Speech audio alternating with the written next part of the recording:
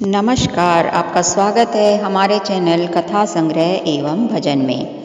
अपने इस वीडियो में मैं आपको चैत्र मास के शुक्ल पक्ष की एकादशी का नाम, व्रत विधि व उसका विधान विस्तार पूर्वक बताने जा रही हूँ। तो एक समय की बात है, धर्मराज युधिष्ठिर ने श्री कृष्ण जी से पूछा, हे जनार्दन, आप कृपा करके चैत्र मास की शुक्ल पक्ष की एकादशी का नाम, व्रत विधि विधान विस्तार पूर्वक बताइए। तब श्री कृष्ण भगवान ने कहा, हे युधिष्ठिर, एक समय राजा दिलीप ने भी गुरु वशिष्ठ जी से यही प्रश्न किया था। तब महर्षि वशिष्ठ जी ने कहा था, हे राजन, चैत्र मास के शुक्ल पक्ष की एकादशी का नाम कामदा है। जिस प्रकार अग्नि सूखे काठ को जलाकर भस्म कर देती है, उसी प्रकार इस कामदा एकादशी के व्रत करने से मनुष्य के समस्त पाप नष्ट हो जाते हैं और पुत्र की प्राप्ति होती है। अब मैं तुम्हें इसका महत्म सुनाता हूँ, ध्यान से सुनो। प्राचीन काल में भोगीपुर नामक एक नगर था। उस नगर में राजा पुंडरीक राज्य करता था। वहाँ पर अनेक गंधर्व और अप्सराएं निवास करती थी। उस नगर में ललिता और ललित नाम के दो स्त्री पुरुष रहते थे, जो अत्यंत धनवान प्रतिष्ठावान थे। उन दोनों में इतना घनिष्ठ प्रेम था कि अलग हो जाने पर वे अत्यंत व्याकुल हो जाते थे। एक समय की बात है, राजा पुंडरीक अनेक गंधर्वों सहित एक सभा में क्रीड़ा कर रहे थे। उसी समय वहाँ पर ललित नामक गंधर्व भी सबके साथ गाना गा रहा था, किंतु उस समय वहाँ पर उसकी स्त्री ललिता नहीं थी, जिसके कारण वह ललित गंधर्व उसकी स्मृति में मगन हो रहा था और इसी ध्यानावेश में उसने अपने गाने की ओर ध्यान नहीं दिया और अशुद्ध गाने लगा।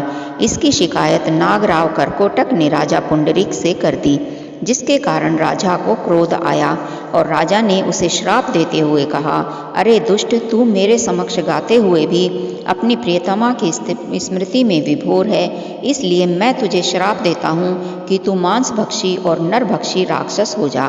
तूने यह महापाप किया है, अतः तू अपने कर्म का फल भोग। पुंडरीक के श्राप से ललित गंधर्व उसी समय राक्षस बन गया। वह राक्षस हो जाने पर बहुत दुखी हुआ। अनेक दुखों को उठाता हुआ वह अपने कर्म के फल को भोगने लगा।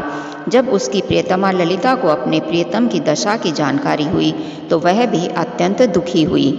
हर समय वह अपने पति का उद्धार करने के उपाय खोजने लगी। इधर वह ललित राक्षस होने के कारण घोर वनों में जाकर अनेक प्रकार के पाप करने लगा। उस समय उसकी स्त्री ललिता पीछे पीछे जाती थी और उसका यह सब हाल देखकर अत्यंत दुखी हो विलाप करती थी। एक बार ललिता अपने पति के पीछे चलती हुई विंध्याचल पर्वत पर जा पहुंची। उस स्थान पर श्रृंगी ऋषि का आश्रम था। ऋषि को देखकर ललिता हाथ जोड़कर प्रणाम करने लगी। ऋषि बोले, हे सुभागे, तुम कौन हो और यहाँ पर किस कारण से आई हो तथा तुम पर ऐसी क्या विपत्ति है?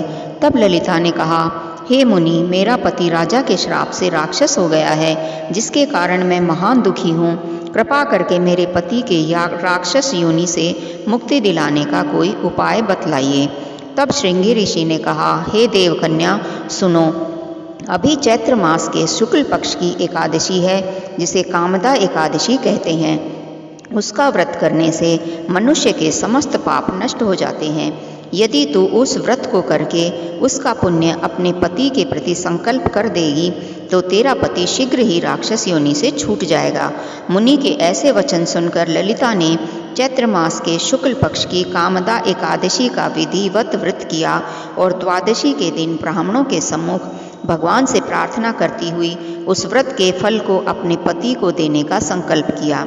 संकल्प करते ही पति राक्षस योनि से मुक्त हो गया।